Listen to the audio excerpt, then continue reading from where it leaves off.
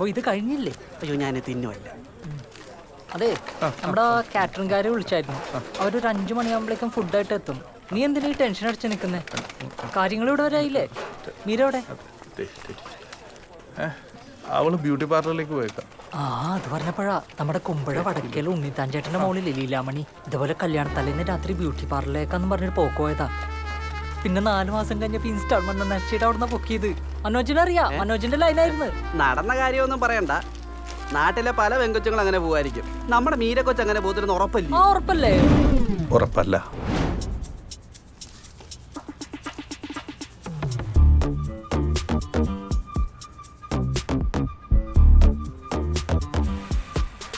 നീ അത് നോക്കിക്കേ, എന്തോ ഒരു വശപശക്കില്ലേ, ആരെയോ കാത്തു നിൽക്കും പോലെ. നീ ടെൻഷൻ അടിക്കല്ലേ, അവൾ ഇറങ്ങി വരട്ടെ, നമുക്ക് വെയിറ്റ് ചെയ്യാ. ആ അവള് വന്ന്.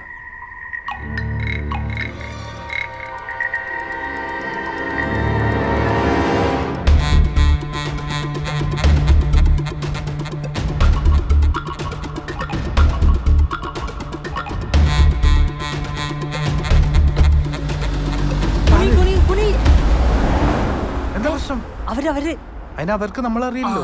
അത് ശരിയാണല്ലോ. നീ എഴുന്നേക്കാവോ? ആ പിന്നെ എഴുന്നേക്കാതെ. മീര നിങ്ങളെന്താ ഇവിടെ? പറഞ്ഞോ. എന്നെ പിക്ക് ചെയ്യാൻ വന്നാണോ? ഞാനിങ്ങ് വന്നേനല്ലോ. വേണ്ട, പോവാം, കേറ്. അയ്യോ, എനിക്ക് 1-2 ഷോപ്പിംഗ് കൂടെ ഉണ്ട്. ഞങ്ങളും വരാം. അല്ല, നിങ്ങളുടെ സമയം വൈകും. സാരല്ല, ഞങ്ങള് നിന്റെ കൂടെ തന്നെ ഉണ്ടാകും. ഞാൻ എന്നാ ശരി.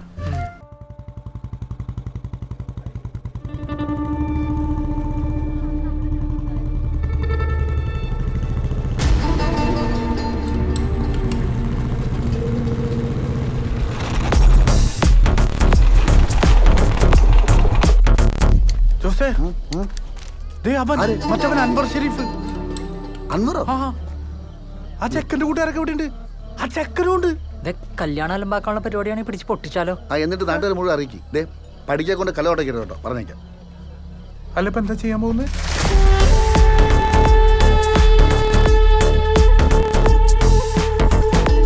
അൻവറല്ലേ?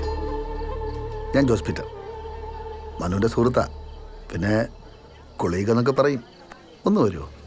ഒരു കാര്യം സംസാരിക്കാനാ. വരൂ. ആ അപ്പോൾ എങ്ങനെയാന്ന് പറ, ഒന്ന് ഒഴിക്കട്ടെ. എന്തിനാ അനിയാ, നീ ഇവിടെ വന്ന എന്തിനാണെന്ന് എനിക്ക് നന്നായിട്ടറിയാം. അവളാങ്ങളൊക്കെ അറിയാം. അതുകൊണ്ട് ഒന്ന് കഴിക്കുന്നതുകൊണ്ട് വലിയ കുഴപ്പമൊന്നുമില്ല. ഇതാ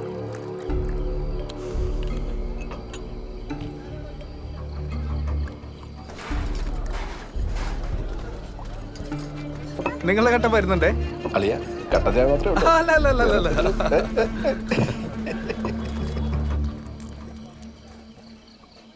കുറേ കൊല്ലങ്ങൾക്ക് മുന്നേ ഇതുപോലൊരു കല്യാണ തലേന്ന് ഞാനും ഒരു വീട്ടിൽ കയറി ചെന്നതാ.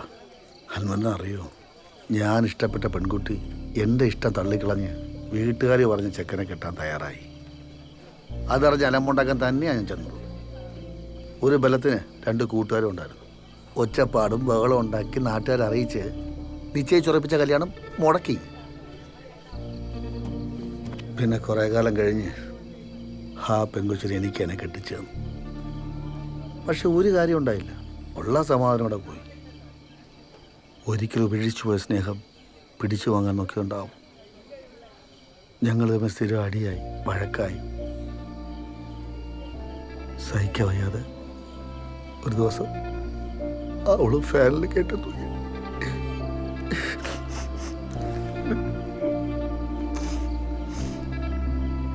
എടാ, നമ്മളെ വേണ്ടാത്തവരെന്തിനാണ് നമുക്ക്?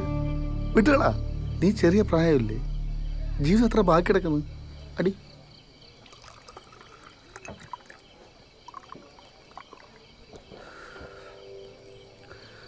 നിങ്ങൾ പറഞ്ഞ ശരിയാ, നമ്മളെ വേണ്ടാത്തവരെ നമുക്ക് വേണ്ട.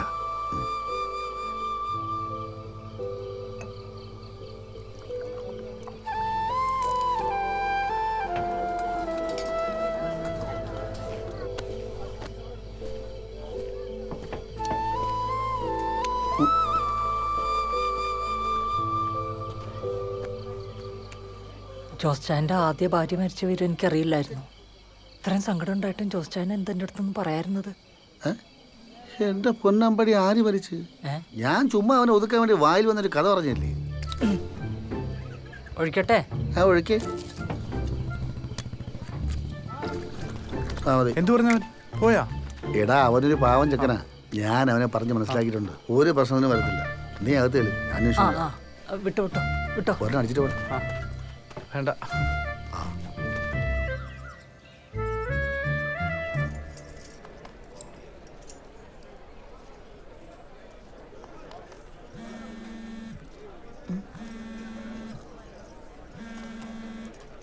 ഹലോ, ആ മഹേഷ് ചേട്ടാ. എനിക്ക് മനസ്സിലായി. അമ്മയുടെ കാര്യം ഞാൻ ഓൾറെഡി പറഞ്ഞതല്ലേ. ചേട്ടൻ കാത്തിരിക്കണമെന്ന് ഞാൻ പറഞ്ഞല്ലേ. ഫോൺ വെക്ക്, ഇറങ്ങാൻ സമയായി. ആ അമ്മേ, ഒരു സെക്കൻഡ്.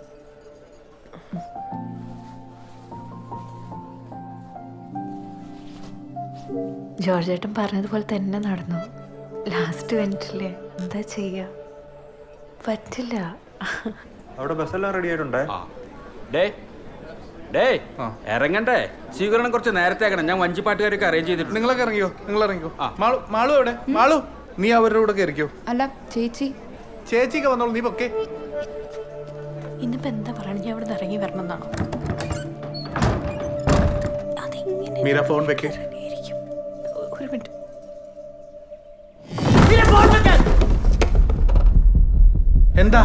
എന്താ ചെയ്യുന്നത് നീ? എന്താ നീ എന്താ പൊട്ടം കളിക്കാണോ? ഞങ്ങൾക്കൊന്നും മനസ്സിലാവുന്നില്ല എന്നാണോ നിന്റെ വിചാരം? നിനക്ക് ഏതൊരു ഡിസ്നീനെ ഇഷ്ടമാണെന്ന് പറഞ്ഞപ്പോൾ അമ്മേനെ കൂട്ടി കല്യാണം ഉറപ്പിക്കാൻ പോയവനാണ് ഞാൻ. ഈ അൻവർ ആരാന്നൊക്കെ ഞങ്ങൾക്ക് അറിയാം. നിന്റെ ലിസ്റ്റിൽ അങ്ങനെ കുറെ പേരുണ്ടെന്ന് അറിയാം. അതിൽ ഏതെങ്കിലും ഒരുത്തനെ വിളിച്ചിട്ട് വന്നിരുന്നെങ്കിൽ ഞാൻ ഈ കല്യാണം നടത്തി തന്നേനെ. അതൊന്നുമല്ലോ നിന്റെ ഉദ്ദേശം. ഇന്ന് ഈ കല്യാണ ദിവസം ഈ കോലത്തിൽ നീ ഫോണും പിടിച്ച് നിൽക്കുന്ന കാണുമ്പോഴേ നീ എന്താ ഇനി ചെയ്യാൻ പോകുന്നതെന്ന് എനിക്കറിയില്ല. ഒപ്പം വളർന്ന പെങ്ങളെ എനിക്ക് മനസ്സിലാവുന്നില്ല. ഇന്നത്തെ ദിവസം നിന്നോടിങ്ങനെ മിണ്ടേണ്ടി വന്നത് ഇതെന്റെ അവസ്ഥയാണ്.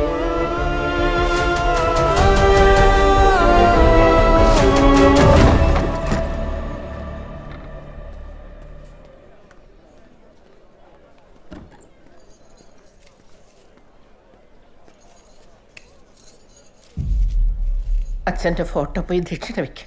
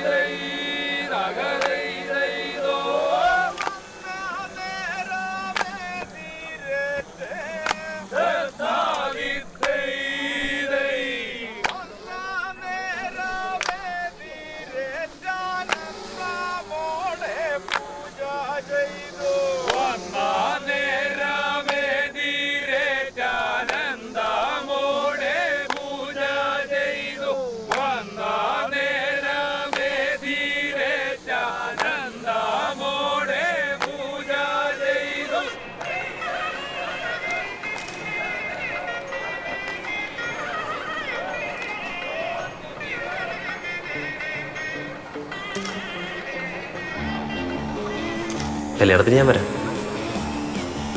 വരണമല്ലോ. അൻവർ അവിടെ അല്ല, ഇവിടെ ഇവിടെ ഇവിടെ.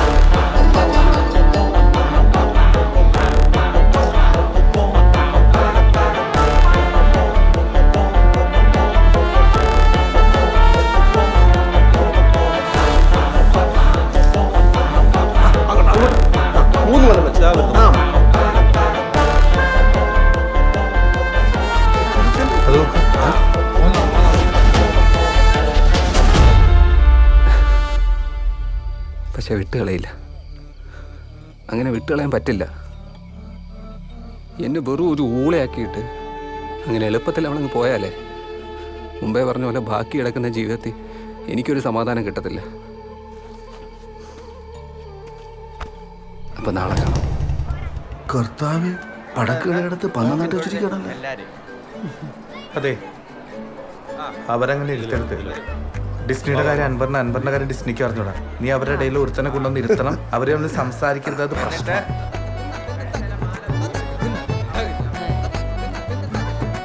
ആ ലേറ്റ് ആയല്ലോ. വാ വാ വാ. ആ വാ. ആ ചേച്ചി അവിടെ ഇരുന്നോ. ആ അവിടെ കാലൊന്ന് മാറ്റോ, കാല് മാറ്റോ. അടക്കന്നിരിക്കണേ. ആ അവിടെ ഇരുന്നോ, അനങ്ങരുതേ.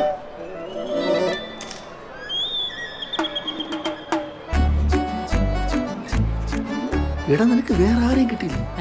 അന്ന് ആലോചനട്ട് വന്നില്ലേ ആ ബാങ്കിലെ ശ്രീശങ്കരാണ്.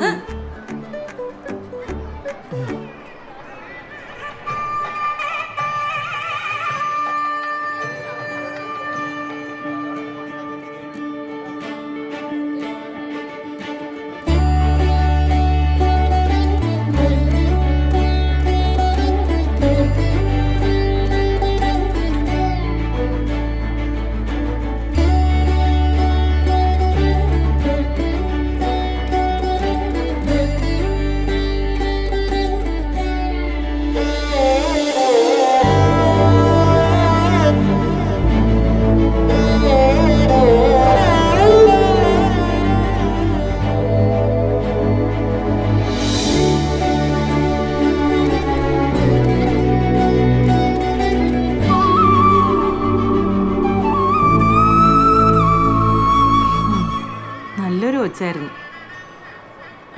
മോൻ ചെക്കൻ്റെ കൂട്ടരോ പെണ്ണിൻ്റെ കൂട്ടരോ?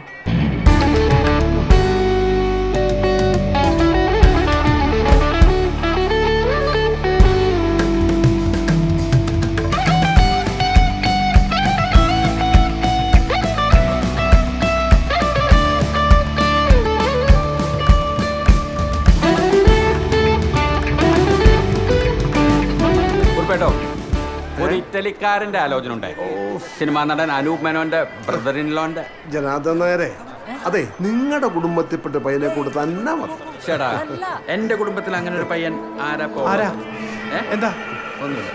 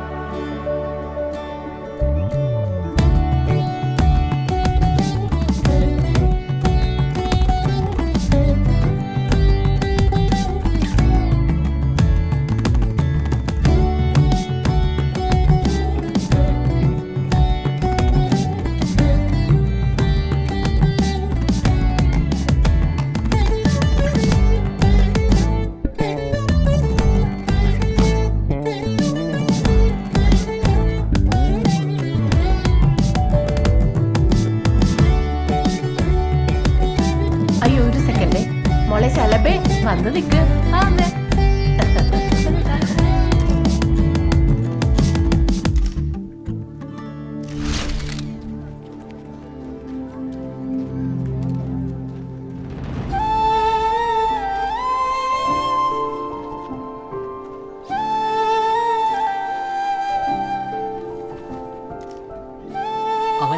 ചേട്ടനോട് പറഞ്ഞിട്ടോ. ആ പാത്രം കൊണ്ട് അങ്ങോട്ട് വെച്ചേ. പോ പോ പോ പോ.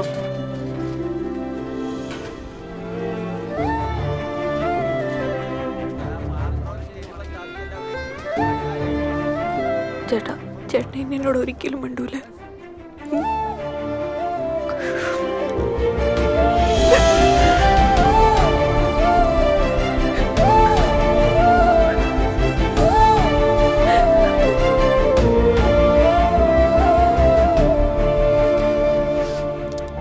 What a family.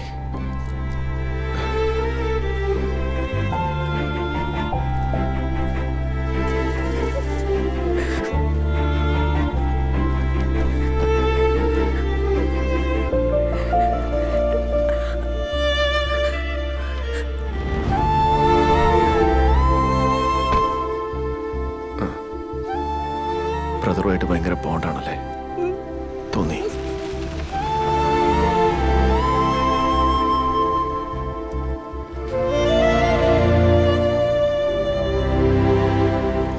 അടാ ഒരു പണിയാ, ഞാനിപ്പോ പപ്പടം കഴിച്ചോളാം. ജോസേട്ടാ ഒന്നിങ്ങി അത് കണ്ടോ ചേട്ടാ ഇച്ചിരി ചോറ് സാമ്പാർ. ആ ഇരിക്കുന്ന ബിജിക്കുട്ടനും ഇവിടുത്തെ മീരക്കൊച്ചും തമ്മിലേ കഴിഞ്ഞ 4 വർഷമായിട്ട് പ്രേമത്തിലായിരുന്നു.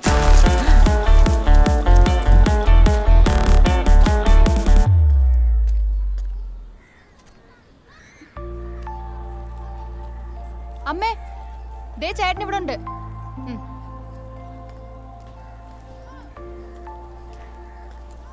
അയ്യേ ദേ ചേട്ടൻ കരയുന്നു. എന്റെ ചേട്ടാ, ചേട്ടൻ എത്ര പാവമായി പോയല്ലോ. ചേച്ചി പോയപ്പോ എനിക്ക് ശരിക്കും സങ്കടം വരുന്നുണ്ട്. സത്യത്തിൽ ഇപ്പോഴാ നമ്മുടെ കുടുംബത്തിന്റെ ബോണ്ടിങ് എനിക്ക് മനസ്സിലായത്. ഇനി നോക്കിക്കോ, ചേച്ചിയായിരിക്കും എന്റെ റോൾ മോഡൽ.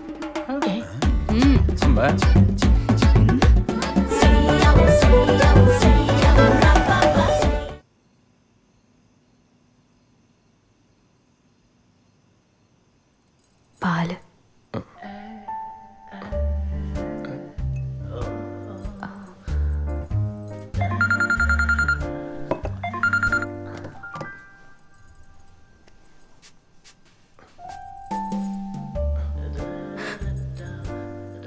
മീര, ഇന്നു മുതൽ നമ്മൾ പുതിയൊരു ജീവിതത്തിലേക്ക് കടക്കാൻ പോകുകയല്ലേ. അപ്പോ നമ്മൾ തമ്മിൽ ഇനി രഹസ്യങ്ങളൊന്നും ഉണ്ടാകാൻ പാടില്ല. അതുകൊണ്ട് എനിക്ക് മീരയോട് കുറച്ച് കുറ്റസമ്മതങ്ങൾ നടത്താനുണ്ട്.